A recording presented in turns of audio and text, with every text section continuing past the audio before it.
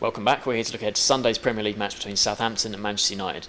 Barnes will start with the visitors and their European game in midweek. A really bad night on the whole at PSV. Yeah, it's hard to imagine how it could have gone much worse, really, isn't it? Because it's their return to the Champions League. You thought they want to kick off with a victory. They got drawn in a kind group. They expected to win that group, but just everything sort of went wrong for them in that game. The atmosphere was electric in PSV, but United started the game well enough, but obviously completely overshadowed by the Luke Shaw injury, that broken leg. Likely to keep him out for 6 to 9 months now. I'd be fairly surprised if we saw him again this season, because it would take him a bit of rehab, time to get up to full match fitness, might even rule him out of the Euros now, which would be a big blow for England because he'd started the season so well.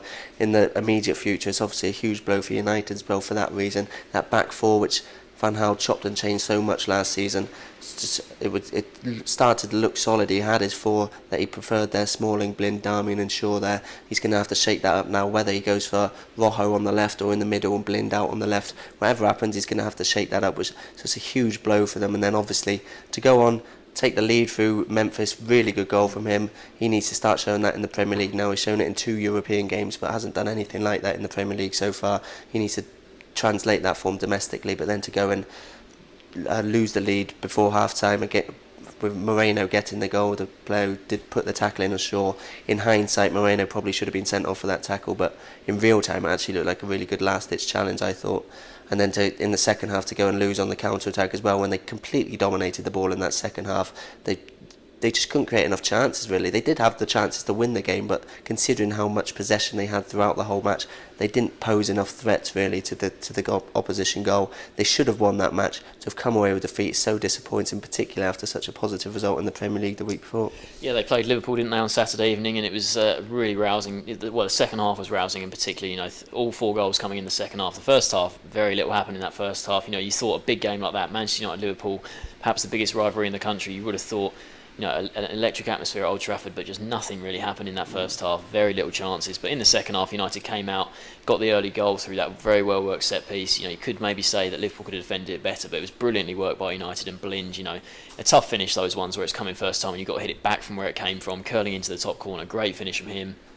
Then they go 2-0 in front through Ander Herrera. It was a poor challenge from Gomez, and Herrera, who the United fans love, he stuck away the penalty in such emphatic fashion. It's the sort of penalty that the fans love even more, and he pointed to his badge. And I think Van Gaal might have to consider starting him more in the league now after performances like that. And Liverpool got one back, didn't they, through that Benteke wonder strike.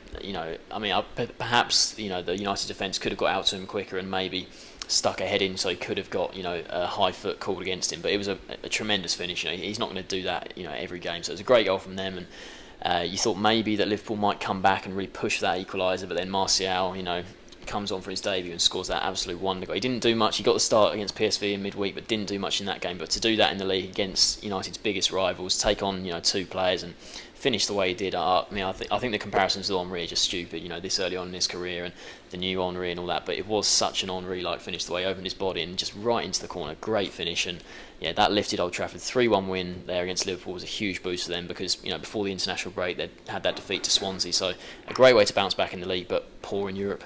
Yeah, well, it hadn't been entirely encouraging in the league up to that point. We had it against Liverpool, and as you mentioned, that first half was probably the worst in the history of that fixture. There's been so many meetings between them, but it's just nothing happened really. It was just such a boring game in that.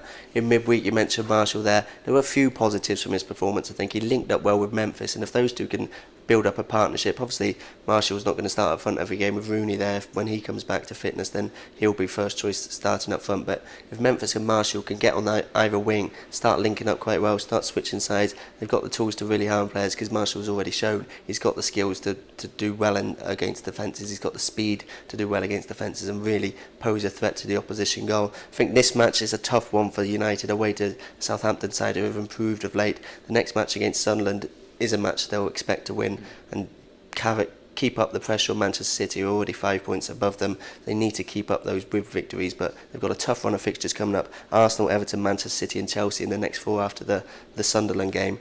Those are all going to be tough ones, especially Crystal Palace on paper you'd say is probably the easiest one of that, but the way they've started the season, that's not going to be the case. So a victory here and a victory against Sunderland will put them in a very good position going into those 4 games after that.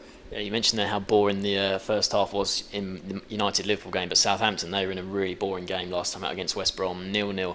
So little happened in that game. There's not even really much to talk about, really. West Brom thought they should have had a penalty, but McManaman went down with a dive, and then Southampton almost gifted West Brom the goal with that Stecklenburg fumble. But apart from that, it was a bit of a nothing game. The one positive you can probably take from it is another clean sheet for Southampton. That's now 3 in a row, and they're starting to show that defensive, how good they were at the back, like they were last season. Only Chelsea conceded more last season, conceded fewer, last season, and I think Ronald Koeman said after the game that Virgil van Dijk made, it was a perfect debut from him. He linked up well with Font at the back there, and that looks like a really solid central defensive partnership. And 3 clean sheets in a row is good, but in terms of going forward, it's just not really good enough. They're not great going forward away from home. And Pella again struggled. I think we had the stat last week where only 2 of Pella's 14 goals in the Premier League last year came away from home, and he again sort of struggled to really have an impact. Tadic was probably their brightest player, but on the whole, just going forward, they were very lacklustre in that game. The start to the season's been a little bit lacklustre for a team that performed so well last season. They've got 6 points from Newcastle, Everton, Watford, Norwich and West Bromwich Albion. From those games, probably Everton, maybe West Brom pushing for it, the teams you'd say would challenge for a top half finish, where Southampton would want to be themselves. So it's not the best start to the season, and they've got some tough fixtures coming. They've got Manchester United, Swansea, Chelsea, Leicester, really informed Leicester, and then Liverpool in the next 5 games. So they've got a tougher run of fixtures coming up than they have. They have looked a lot more solid in recent games. As you say, the clean sheets in a row would be a big plus for Koeman. Just need to get far in the final third, but he's not going to find it easy with this fixtures coming up. Yeah, so it's a big game in terms of especially for United wanting to bounce back from Europe, and Southampton really wanting to get a good win under their belt. What's your score prediction? Yeah, it's a difficult one to call. Southampton generally good at home. Obviously, there was that defeat to Everton, which was a very strange result, really, considering how strong they were at home last season. I can't really pick either side here. I'm going to go down the middle. I'm going to go for a 1-1 draw. Yeah, I can't see too many goals in this one, to be honest. I think, even though United, they were good in that second half against Liverpool, I think Southampton should be fairly solid, but I'm just going to back United to nick it 1-0. So we've got 1 draw and a United win. Thanks for joining us.